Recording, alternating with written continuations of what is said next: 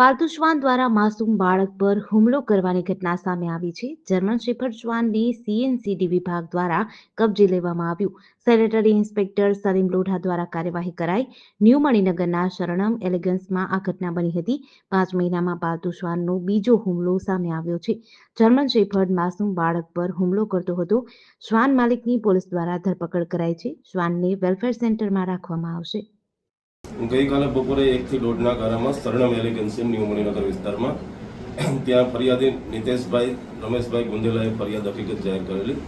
આ કામે આરોપી છે સંગીતાબેન ઉર્ફે પાપાબેન વાઇફ ઓફ પનાલી સ્વામી વણિયાર કે જેઓ તેમનું પાલતુ ડોગ જે જર્મન શેફર્ડ છે એ લઈને ફેરવવા નીકળેલા. એ દરમિયાન આ કામે ફરિયાદીના સગીર દીકરાને તથા સાહેબ જે છે એમના ફરિયાદીના સગીર દીકરાને જમણા પગે સાથળના ભાગે તથા બીજા સાહેબ છે એમના દીકરાને હાથની આંગળી ઉપર બટકા ભરેલા. જે બંનેને ઈજા થતા બંને સારવાર લીધેલી.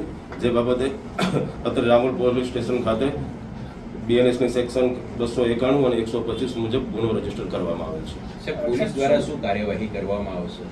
આ ગામે આરોપી જે છે મહિલા હોય, રાત્રે મહિલાને આ ગુનાના કામે પોલીસ સ્ટેશન લાવી ગુનાના કામે નોટિસ આપવામાં આવેલ છે અને આગળ તેમની ધરપકડ કરી ધોરણસર કાર્યવાહી કરવામાં આવશે.